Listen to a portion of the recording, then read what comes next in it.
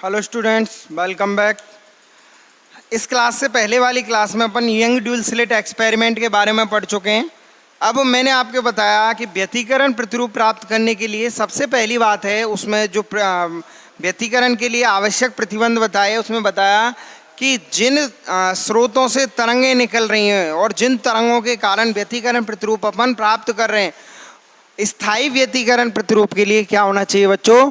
उन तरंगों का कला संबद्ध होना आवश्यक है। या जो स्रोत से अपन तरंगों का अध्यारोपण करवा रहे हैं वो प्रकाश स्रोत कैसे होने चाहिए? कला संबद्ध होने चाहिए। आज अपन इन्हीं के बारे में पढ़ेंगे कि कला संबद्ध स्रोत क्या होते हैं और कला असंबद्ध स्रोत क्या होते हैं, यानी कोहेरेंट लाइट सोर्स तथा इनकोहेरेंट लाइट सोर्स के बारे में पढ़ेंगे।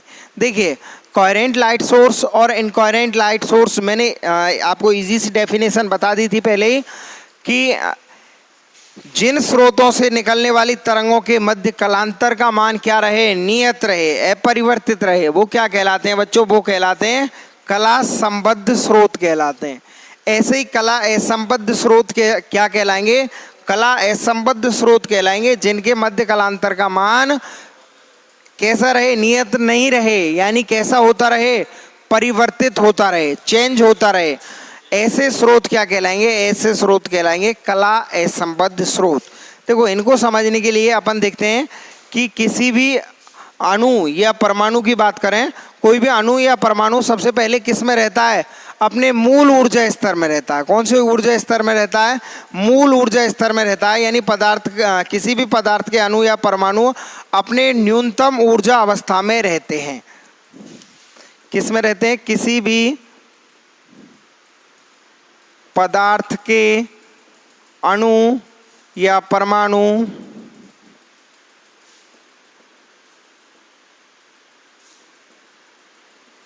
अपने न्यूनतम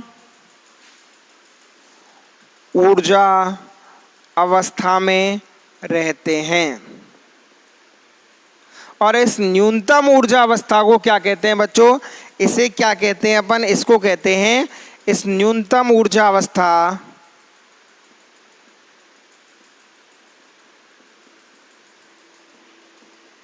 इस न्यूनतम ऊर्जा अवस्था को मूल ऊर्जा स्तर कहते हैं। कौन सा? मूल ऊर्जा स्तर कहते हैं। अब देखना अपन, जैसे ही परमाणु को किसी बाह्य स्रोत के द्वारा अपन अतिरिक्त ऊर्जा दे दें या परमाणु किसी भी प्रकार से ऊर्जा और अतिरिक्त प्राप्त कर ले, कितनी अतिरिक्त? इस मूल ऊर्जा स्तर से ज़्यादा हो जाए। जैसे परमाणु की न्यूनतम ऊर्जा स्तर है ये वाला, ये इसका क्या है? न्यूनतम ऊर्जा स्तर। अपन इसको बाहर से ऊर्जा दे दें या ये परमाणु किसी भी प्रकार से अतिरिक्त ऊर्जा प्राप्त कर ले, तो ये मूल से कहाँ चला जाता है? उच्च ऊर्जा स्तरों में चला जाता है। कौन से ऊर्जा स्तरों में चला जाता है? उच्च ऊर्जा स्तरों में चला जाता है। अब ये परमाणु अपने मूल ऊर्जा स्तर से उच्च ऊर्जा स्तर में चला तो जाता है, लेकिन इन उच्च ऊर्जा स्तरों में इसका जीवन काल ज़्यादा नहीं होता है। इन उच्च ऊर्जा स्तरों को उत्तेजित ऊर्जा अवस्था कहते हैं या उत्तेजित ऊर्जा स्तर कहते हैं। तो जब परमाणु किसी भी सोर्स से और ऊर्जा प्राप्त कर लेता, और का मतलब यहीं पे है कि मूल ऊर्जा स्तरों से जब इसकी ऊर्जा कितनी हो जाए? बढ़ जाए, तो इस स्थिति में परमाणु अपने ग्राउंड एनर्जी लेवल से एक्साइटेड स्टेट में चला जाता है, ट्रांसफर हो जाता है, यानी मूल ऊर्जा स्तर से उत्तेजित ऊर्जा अवस्था में चला जाता है। और इस उत्तेजित ऊर्जा अवस्था में ये ज़्यादा नहीं रुकता है। यहाँ इसका लाइफ टाइम ओनली लगभग 10⁻⁻8 सेकेंड होता है। कितना? लगभग 10⁻⁻8 सेकेंड होता है इसका लाइफ टाइम, लगभग 10⁻⁻8 सेकेंड होता है। इसके बाद ये वापस किस में आ जाता है? इसके बाद ये वापस अपने मूल ऊर्जा स्तर में आ जाता है। यानी 10⁻⁻8 सेकेंड रुकने के बाद ये क्या है? अपने मूल ऊर्जा स्तर में आ जाता है और ऊर्जा क्या करता है? ये उत्सर्जित करता है। इस प्रकार से स्वतः उत्सर्जन होता रहता, अपने आप ही यादृच्छिक रूप से, निश्चित नहीं होगा। यादृच्छिक रूप से जैसे जैसे परमाणु ऊर्जा पाकर उच्च ऊर्जा स्तर में जाएंगे, यादृच्छिक रूप से ये उत्सर्जन करते जाएंगे और निम्न ऊर्जा स्तरों में आते जाएंगे। उच्च ऊर्जा स्तर से 10⁻⁻8 सेकेंड रुकने के बाद क्या होते जाते हैं बच्चों, ये निम्न ऊर्जा स्तरों में आते जाते हैं। और इस प्रकार से जो विभिन्न तरंगे हैं उन विभिन्न तरंगों के मध्य कलांतर का मान क्या होता है, विभिन्न तरंगों के मध्य कलांतर का मान नियत नहीं रहता है, यादृच्छिक रूप से क्या होता है, परिवर्तित होता रहता है। यहाँ से यादृच्छिक उत्सर्जन चलता रहता है,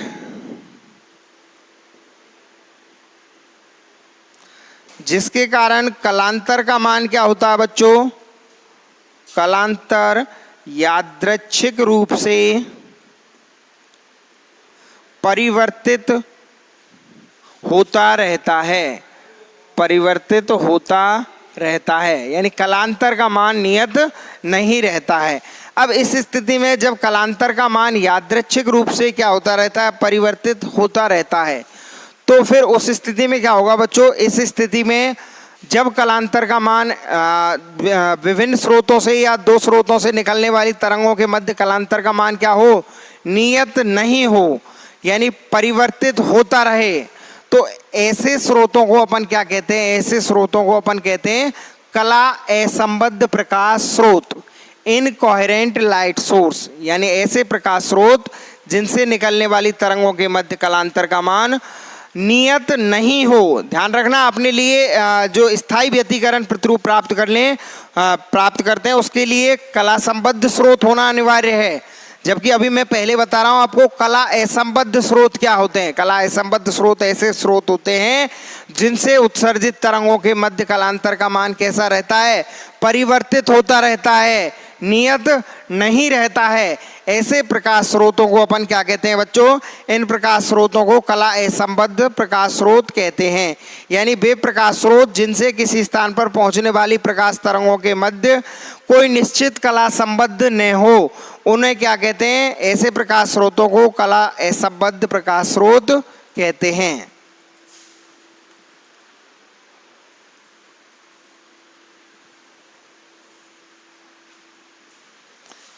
यानी कला असंबद्ध स्रोत क्या हुए, कला असंबद्ध स्रोत वे प्रकाश स्रोत जिनसे उत्सर्जित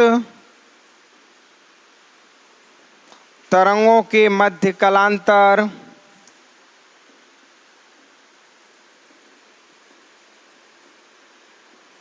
उत्सर्जित तरंगों के मध्य कलांतर नियत न हो,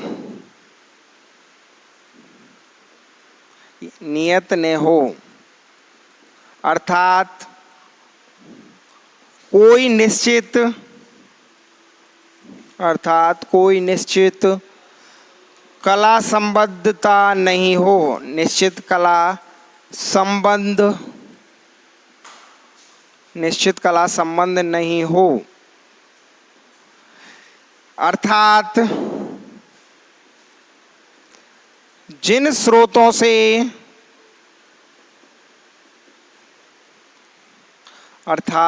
स्रोतों से निकलने वाली तरंगों के मध्य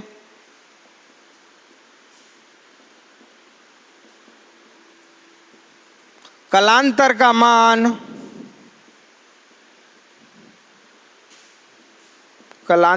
मान समय के साथ परिवर्तित होता हो, समय के साथ परिवर्तित हो, ऐसे स्रोतों को कला संबद्ध स्रोत या कला संबद्ध प्रकाश स्रोत कहते हैं। यानी जिन प्रकाश स्रोतों से निकलने वाली तरंगों के मध्य कलांतर का मान नियत न हो या कलांतर का मान समय के साथ परिवर्तित होता रहे, ऐसे प्रकाश स्रोतों को क्या कहते हैं अपन बच्चे? ऐसे प्रकाश स्रोतों को कला असंबद्ध प्रकाश स्रोत, कला असंबद्ध, संबद्ध नहीं, परिवर्तित हो रहा है, नियत नहीं है, तो इन्हें क्या कहेंगे? इन्हें कला असंबद्ध प्रकाश स्रोत कहते हैं। कला असंबद्ध स्रोतों से प्राप्त प्रकाश तरंगों के कारण स्थायी व्यतिकरण प्रतिरूप प्राप्त नहीं होता है, क्योंकि स्थायी व्यतिकरण प्रतिरूप प्राप्त करने के लिए कला संबद्ध स्रोत होना अनिवार्य है। यानी कला असंबद्ध स्रोतों से प्राप्त तरंगों के कारण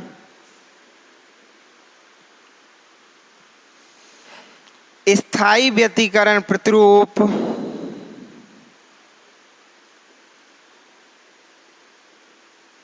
प्राप्त नहीं होता है। तो स्थायी व्यतिकरण प्रतिरूप किससे प्राप्त होता है? ये तो अपन जानते हैं। किसके प्रतिबंध हैं? स्थायी व्यतिकरण प्रतिरूप प्राप्त करने की जो पहली शर्त है वो यही है कि प्रकाश स्रोत कैसे होने चाहिए? कला संबद्ध होने चाहिए। अब बात आती है कि कला असंबद्ध स्रोतों के कारण स्थायी व्यतिकरण प्रतिरूप प्राप्त नहीं होता है।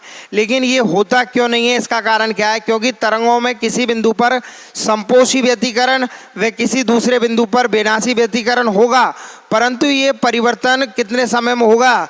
किसी बिंदु पर संपोषी और विनाशी व्यतिकरण तो होंगे, संपोषी व विनाशी व्यतिकरण होंगे, लेकिन ये परिवर्तन कितने होंगे? बहुत कम समय में। क्योंकि उत्सर्जन कब होगा? जब ये कहाँ से उच्च ऊर्जा स्तर से निम्न ऊर्जा स्तर में आएगा, तो यहाँ यादृच्छिक रूप से होगा, और ये परिवर्तन इसके कारण बहुत कम समय में, अल्प समय में होंगे। कितने समय में? अल्प समय में। और अल्प समय कितना होगा? लगभग 10⁻⁸ सेकेंड में। और 10⁸ सेकेंड में दीप्त और अदीप्त फ्रिंज बन जाएगी। यानी अदीप्त भी बन रही है और दीप्त भी बन रही है। इतना जल्दी ये परिवर्तन हो रहा है 10⁻⁸ सेकेंड में। तो इस स्थिति में अपन क्या है? दीप्त और अदीप्त को अलग अलग नहीं देख सकते। तो फिर क्या दिखाई देगा अपने लिए? उनकी दीप्त और अदीप्त की औसत तीव्रता दिखाई देगी। क्या दिखाई देगी बच्चों? दीप्त और अदीप्त की औसत तीव्रता दिखाई देगी। जैसे एक बल्ब है, वो 10⁻⁸ सेकेंड में उसे अपन ऑन ऑफ करें, तो अपने लिए क्या वो लुप जुप करता हुआ ऐसा नहीं लगेगा कि कहीं बिल्कुल बंद था और कहीं बिल्कुल चालू था? अपने लिए इस तरह से वो दिखाई देगा। तो वही अपने लिए क्या दिखाई देगा? उसकी औसत तीव्रता दिखाई देगी। यानी संपोषी और विनाशी अलग अलग दिखाई नहीं देकर क्या दिखाई देगा? औसत तीव्रता। यानी अधिकतम तीव्रता और न्यूनतम तीव्रता को अलग अलग नहीं देख पाएंगे, और क्या दिखाई देगी अपने लिए? औसत तीव्रता दिखाई देगी। अतः इस स्थिति में हमें प्रकाश की केवल औसत तीव्रता ही दिखाई देगी। अब ये बात हुई अपनी कला असंबद्ध स्रोतों की। अब बात करते हैं अपन कला संबद्ध स्रोतों की। देखिए, कला संबद्ध स्रोत क्या होते हैं? कला संबद्ध स्रोत, सबसे पहली बात है कि स्थायी व्यतिकरण प्रतिरूप प्राप्त करने के लिए सबसे पहला प्रतिबंध है कि जो प्रकाश स्रोत हैं वो कैसे होने चाहिए बच्चों? वो कला संबद्ध होने चाहिए। तो अब पढ़ेंगे अपन कला संबद्ध स्रोत क्या होते हैं। कला संबद्ध स्रोत, इनको बोलते हैं coherent light source. Coherent light source या कला संबद्ध प्रकाश स्रोत क्या होते हैं? कला संबद्ध प्रकाश स्रोत वे स्रोत होते हैं या वे प्रकाश स्रोत जिनसे निकलने वाली तरंगों के मध्य कलांतर का मान नियत हो, निश्चित हो। कलांतर निकल रहा है, जैसे S1 और S2 से जब तरंगें निकल रही हैं, तब जो कलांतर है कुछ दूरी के बाद या कुछ समय के बाद भी कलांतर का मान उतना ही रहे, कलांतर में समय के साथ परिवर्तन न हो, तो ऐसे प्रकाश स्रोतों को कला संबद्ध स्रोत कहते हैं। वे प्रकाश स्रोत, वे प्रकाश स्रोत जिनसे उत्सर्जित तरंगों के मध्य कलांतर नियत रहे, कालांतर नियत रहे, अर्थात कालांतर के मान में समय के साथ परिवर्तन न हो। यानी उत्सर्जित तरंगों के मध्य निश्चित कला संबंध रहे। तो ऐसे प्रकाश स्रोतों को क्या कहते हैं? ऐसे प्रकाश स्रोतों को कला संबद्ध, ऐसे प्रकाश स्रोतों को कला संबद्ध प्रकाश स्रोत कहते हैं। ऐसे प्रकाश स्रोतों को क्या कहते हैं बच्चों? कला संबद्ध प्रकाश स्रोत कहते हैं। अब देखिए, एक बात पॉइंट करने की यहाँ ये है कि कोई भी दो स्वतंत्र प्रकाश स्रोत, स्वतंत्र का मतलब इंडिपेंडेंट, डिपेंडेंट निर्भर न हो किसी पर, निर्भर किसी पे न हो, इंडिपेंडेंट लाइट सोर्स, तो कोई भी दो इंडिपेंडेंट लाइट सोर्स क्या नहीं हो सकते? कला संबद्ध स्रोत नहीं हो सकते। अब बात आएगी, सर जब कला संबद्ध प्रकाश स्रोत दो अलग अलग स्रोत हो ही नहीं सकते तो व्यतिकरण प्रतिरूप कैसे प्राप्त कर रहे हो आप? व्यतिकरण कैसे प्राप्त कर रहे हो? व्यतिकरण के लिए क्या आवश्यक है? कि प्रकाश स्रोत कला संबद्ध हों। यस, ये दोनों बात सही है कि व्यतिकरण के लिए कला संबद्ध स्रोत होना आवश्यक है और कोई भी दो स्वतंत्र प्रकाश स्रोत कला संबद्ध नहीं हो सकते। तो कैसे प्राप्त किया जाता है? कला संबद्ध स्रोत एक ही प्रकाश स्रोत से दो अलग अलग प्रकाश स्रोत प्राप्त किए जाते हैं। और वो दो अलग अलग प्रकाश स्रोत कैसे होते हैं? कला संबद्ध। कैसे प्राप्त किए जाते हैं? जैसे मैंने आपको यंग ड्यूल स्लिट एक्सपेरिमेंट में बताया है कि एक प्रकाश स्रोत के सामने क्या रखें? कोई कागज का गत्ता रख दें, काला गत्ता रख दें और उसमें दो पिन होल सूची छिद्र कर दें। तो जो दो सूची छिद्र होए वो क्या कार्य करेंगे बच्चों? वो दो नए कला संबद्ध स्रोतों का कार्य करेंगे। यानी कोई भी दो स्वतंत्र प्रकाश स्रोत कला संबद्ध स्रोत नहीं हो सकते हैं। कोई भी दो स्वतंत्र प्रकाश स्रोत कला संबद्ध स्रोत नहीं हो सकते हैं। अतः एक ही स्रोत से दो अलग अलग कला संबद्ध स्रोत प्राप्त किए जाते हैं। और कला संबद्ध स्रोत प्राप्त करने की दो विधियां हैं, मैं आपको बता चुका हूं। कला संबद्ध स्रोत प्राप्त करने की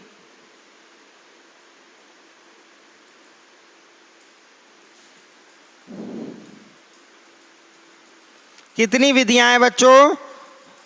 दो विधियां हैं, दो मेथड्स हैं जिनके द्वारा अपन क्या प्राप्त करते हैं? कला संबद्ध स्रोत प्राप्त करते हैं।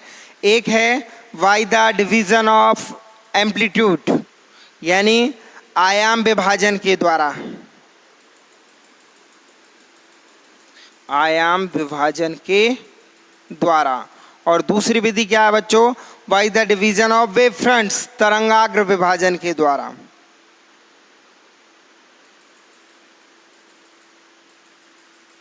अब देखिए, तरंगाग्र विभाजन का उदाहरण तो यंग ड्यूल स्लिट एक्सपेरिमेंट है। इसमें एक प्रकाश स्रोत से तरंगाग्र निकलेगा और फिर उसके सामने अपन क्या एक गत्ता रख देंगे, उस गत्ते में छिद्र कर देंगे तो नए दो तरंगाग्र उन छिद्रों से निकलेंगे, दो नए प्रकाश स्रोत बन गए और वो कला संबद्ध होंगे। अब दूसरी विधि है आयाम विभाजन के द्वारा। आयाम विभाजन के द्वारा में क्या होता है बच्चों? इसमें आयाम का आंशिक परावर्तन व अपवर्तन के द्वारा आयाम को विभाजित किया जाता है। By the division of amplitudes, आयाम का विभाजन। कैसे? जैसे मैंने बताया कि कोई पतली परत लें तो पतली परत पर यदि प्रकाश किरण आपतित करें तो उसका कुछ भाग परावर्तित हो जाए और कुछ अपवर्तित, तो उसका आयाम बट गया परावर्तित किरण और अपवर्तित किरण में।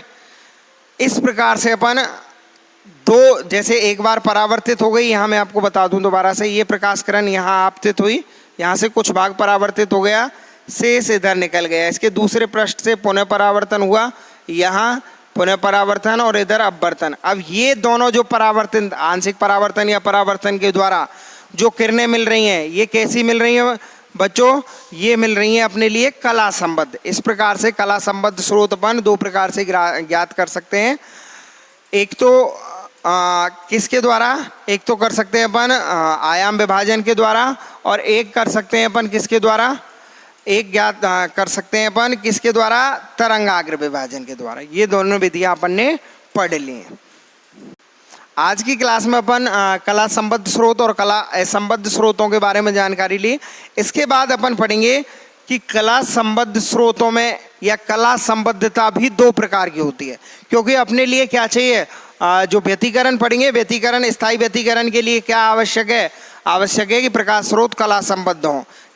तो कला संबद्धता भी आगे दो प्रकार की होती है। एक कालिक, कालिक मतलब काल से संबंधित, समय से संबंधित, जिसे टेम्पोरल बोलते हैं, और एक होगी स्पेशियल, स्थान से संबंधित, स्थानिक।